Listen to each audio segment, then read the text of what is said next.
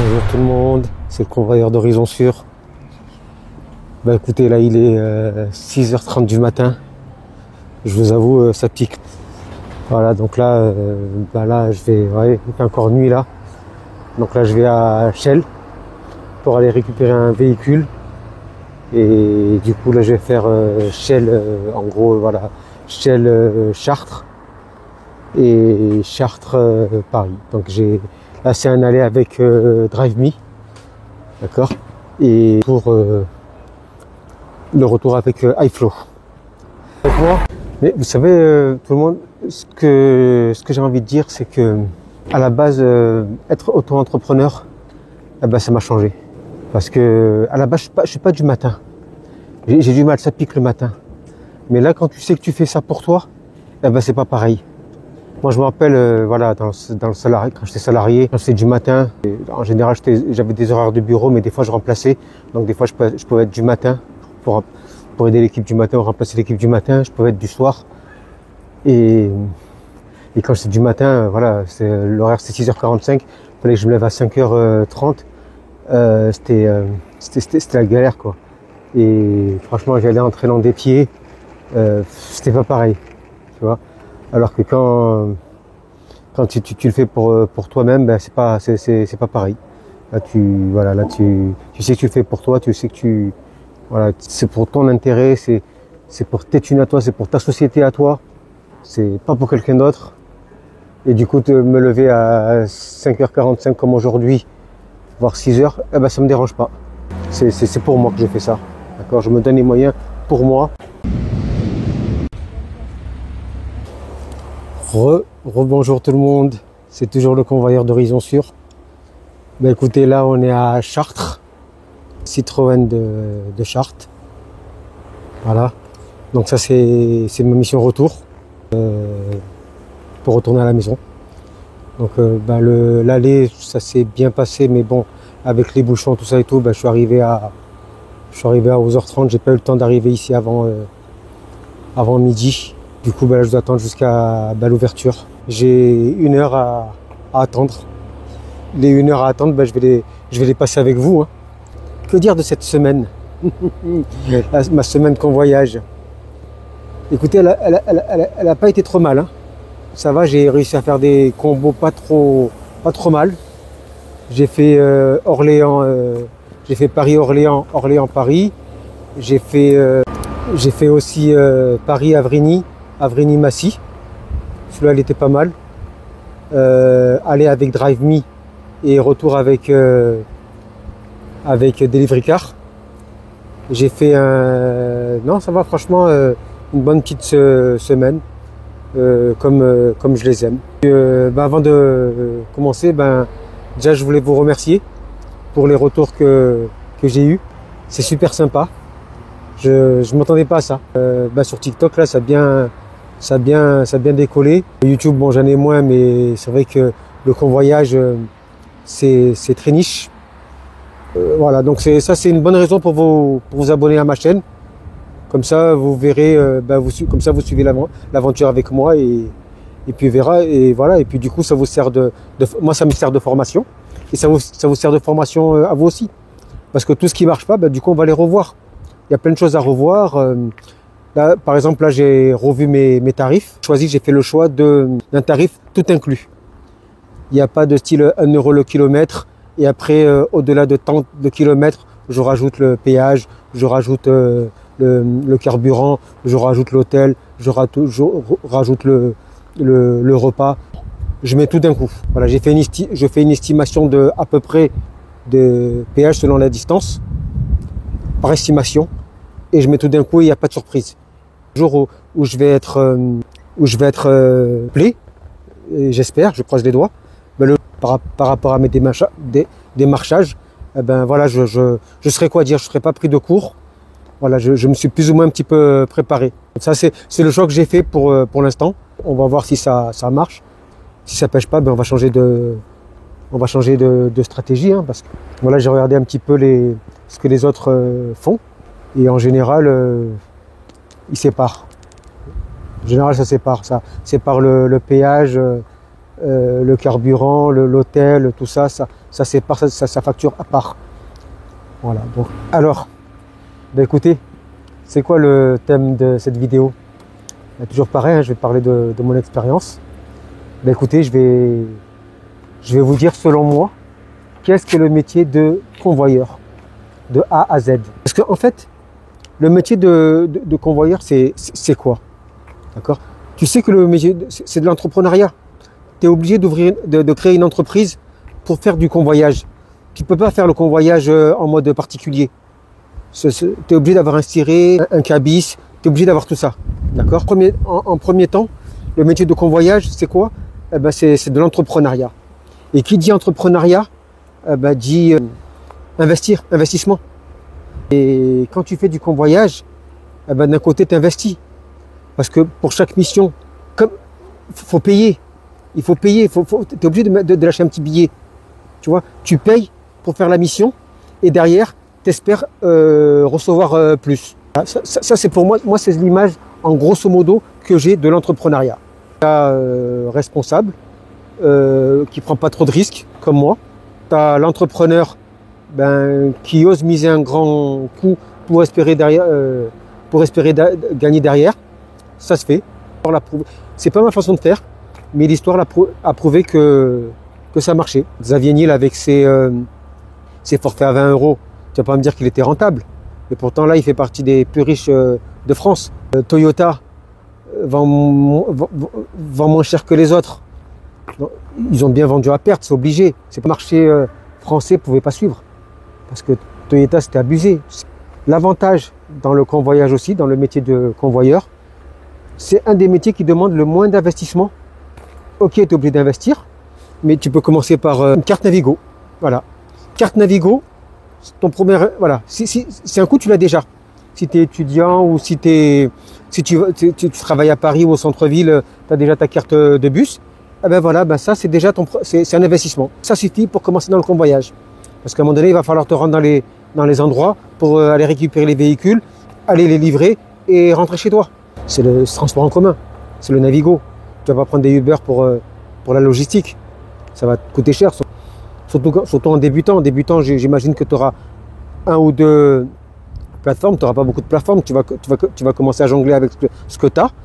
Pendant que tu jongles avec ce que tu as, tu vas postuler pour avoir plus de plateformes. De toute façon, il n'y a pas photo pour faire des bons combos comme j'ai fait cette semaine. Il faut avoir beaucoup de plateformes. Plus tu as de plateformes, plus tu as de chances de faire des combos. Voilà, donc première partie du travail de convoyeur, c'est l'entrepreneuriat, d'accord?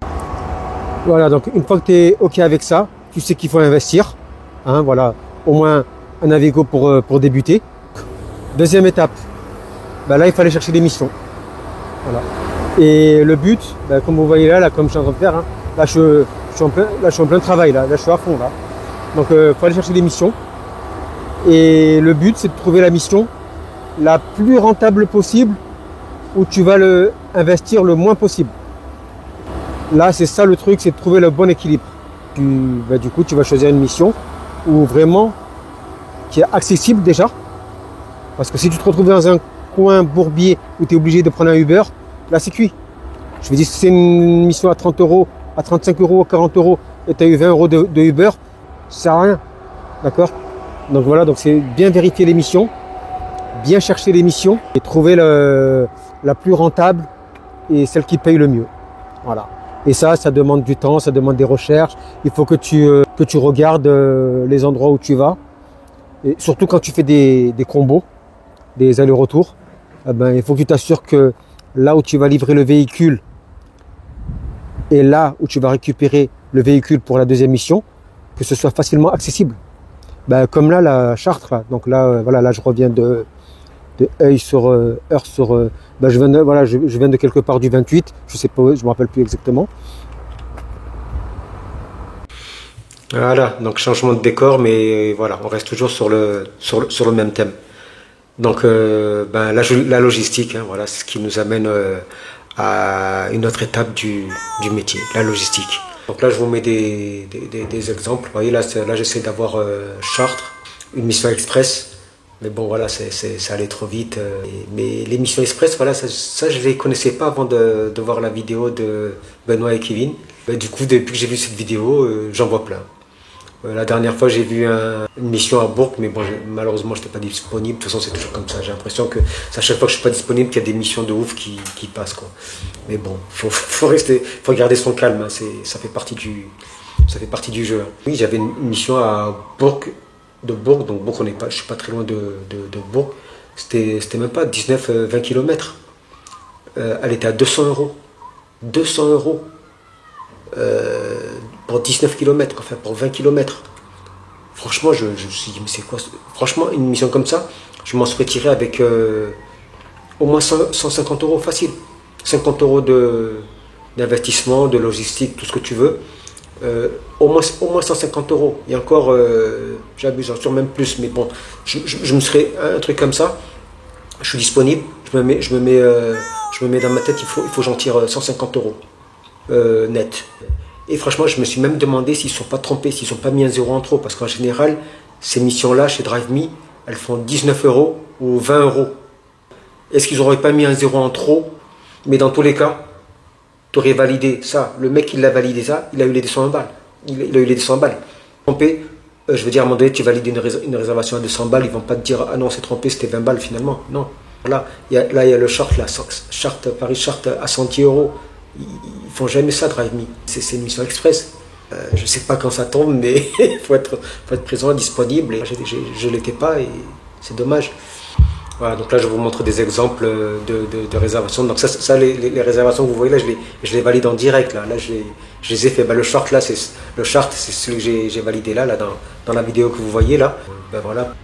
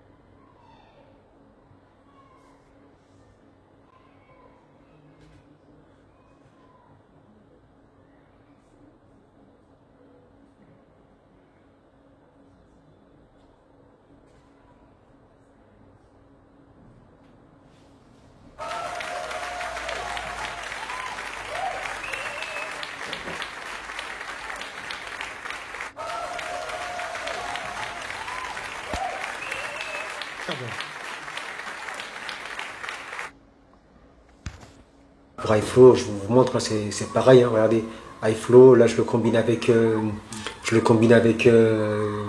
mission DriveMe. Petite astuce que je peux vous donner, un conseil, ce que je suggère quand vous prenez des réservations iFlow en orange comme ça là. Franchement, vous embêtez pas à faire les calculs, tout ça, l'essence, le carburant, le trajet pour y aller. En fait, ça c'est bien. Ce qui est bien, c'est que ça t'entraîne quand tu auras des clients directs. Voilà, si tu veux séparer les factures, séparer le carburant, tout ça, bon, c'est bien, ça te donne un petit entraînement. Pour la plateforme iFlow, franchement, autant tu mets la somme qui te dit le maximum, tu valides et tu fais en sorte de dépenser le moins.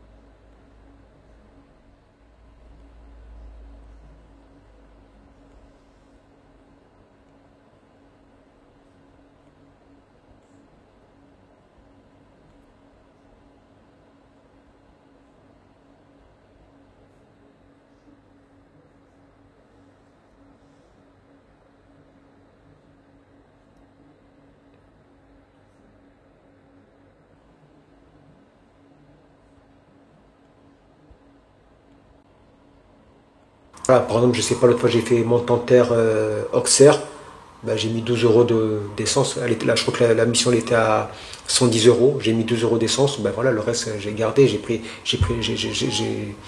sauté le péage. J'ai pas pris le péage. Et voilà, j'ai pris le maximum que je pouvais prendre parce que voilà, j'étais obligé de mettre le carburant au même niveau. Donc, quand c'est comme ça, il faut autant l'idée de ne pas vous embêter à calculer. Ben voilà, tout le monde est. Écoutez, moi je pense que j'ai fait le tour. Hein. Donc, on fait un récap rapide. Tu as la partie dénicheur, partie commerciale, la partie où, voilà, où tu vas chercher les bons filons, les bonnes missions, les plus rentables, où tu vas investir le moins. Après, on a une autre étape, c'est l'étape logistique. Donc, se préparer, savoir comment on va y aller, comment on va retourner chez soi. Et il y a le côté administratif.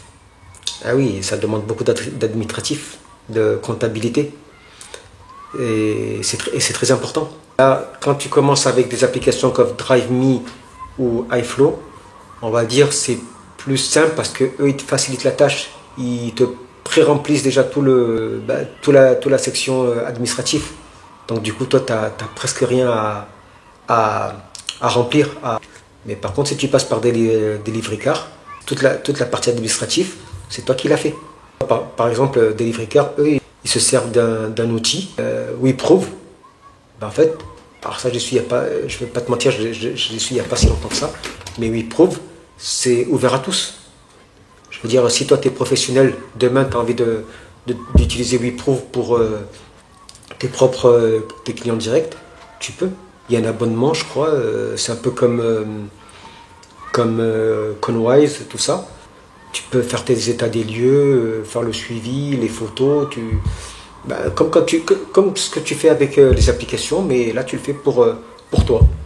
Donc comme je te disais avec Delivery Car, ben voilà, tu dois remplir le VIN, ce qui est galère. Bon, tu peux remplir les 7 derniers chiffres, ça suffit, mais voilà. Il faut t'assurer de faire les choses de bien et tu passes par. Quand c'est Ivance, ben, il faut t'assurer que tu fais à la méthode Ivance.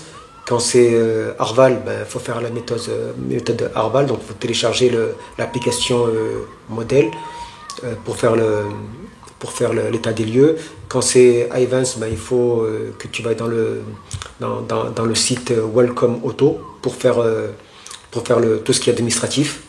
C'est pas plus mal parce que du coup, ça aussi, ça t'entraîne. Ça t'entraîne plus tard si tu veux monter en grade dans le convoyage, être carré côté administratif parce que c'est super important.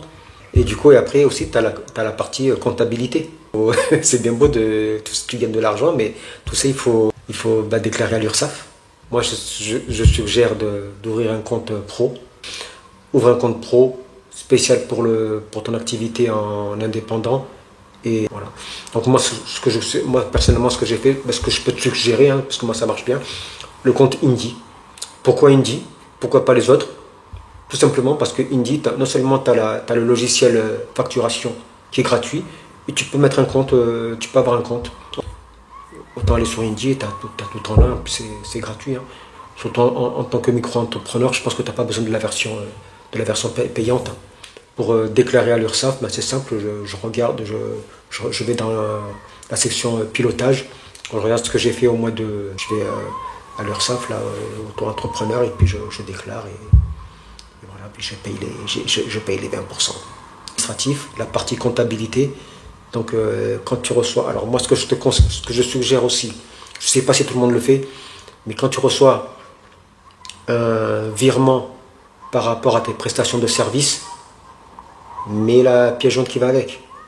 Parce que normalement, quand ils te payent DriveMe, Delivery Car, iFlow, enfin, toutes les plateformes, quand ils te payent, Autoki, il y a une facture. Tu as une facture dedans, en pièce jointe. Tu peux la récupérer et la lier avec le paiement la rapprocher avec le paiement que tu as reçu des plateformes. Comme ça, si un jour tu as un contrôle, tout est carré. Voilà, et ça pareil, c'est du travail. Ça, c'est du travail, c'est de la comptabilité, c'est du rapprochement bancaire. Donc, ce que je faisais quand j'étais en hôtellerie. Mais sauf que là, maintenant, je le fais pour moi. Mais quand tu es auto-entrepreneur, c'est que La comptabilité, elle n'est pas aussi poussée que quand tu es en station en heure. Là, tu as besoin d'une comptable. Et là, voilà, ça c'est à ta portée, tu peux le faire toi-même. Voilà, tout le monde aime. Ben, je pense que j'ai fait le tour. Hein. On a tout dit. Hein. On a tout dit. On a recherché la mission, la logistique, l'administratif et la comptabilité. Voilà. Donc c'est tout ça le métier de convoyage. Et une fois que tu as fait tout ça, ben là tu vas faire le taf pour lequel tu es payé. Ça veut dire de livrer le véhicule d'un point A au point B. Parce que tout ce qu'on a dit avant, c'est du taf. Hein.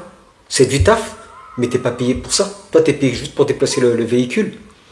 Et tout ce qu'on a dit avant, il y a des métiers. C'est des métiers. Par exemple, quand je te parle de logistique, bah, tu as exploitant logistique, tu peux postuler. Voilà, dans les entrepôts, tu as des offres sur Indeed où tu peux postuler. L'administratif aussi, comment dire, c'est des postes à part entière. Et voilà, mine de rien, c'est du boulot. Alors que voilà, toi on va te payer pourquoi pour déplacer le véhicule. Alors que tu auras fait tout ça avant et moi, voilà, je vous ai montré ma façon de travailler. Moi, je travaille comme ça, c'est plus ou moins, voilà, c'est plus ou moins comme ça que j'arrive à avoir des missions, que j'arrive à avoir des combos. Voilà. Écoutez, ben, merci tout le monde et encore ben, merci pour les retours que j'ai eus. Vous m'avez demandé des nouvelles sur mes démarches et tout. Franchement, c'est sympa. Merci de me suivre comme vous le faites. Et puis du coup, je vous donnerai des nouvelles. Il n'y a pas de souci, je vous donnerai des nouvelles de mes démarchages. Je vais continuer à démarcher. On ne lâche pas l'affaire. On va encore rester bien connecté. Et puis, je vous dis à la prochaine.